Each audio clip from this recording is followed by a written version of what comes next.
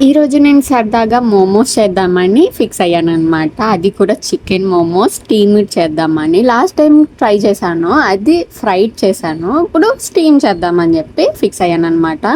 ఇవి అన్నీ మిక్స్ చేసుకుని రెడీ పెట్టుకుని దీన్ని వ్రాప్ చేయడానికి నేను పడ్డ కష్టాలున్నాయి చూడండి. మామూలుగా ఉండవన్నమాట.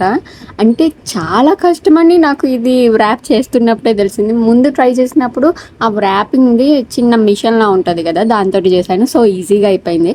అది ఇప్పుడు కనిపించలేదు. అందుకని చెప్పి చేత్తో చేస్తున్నాననమాట.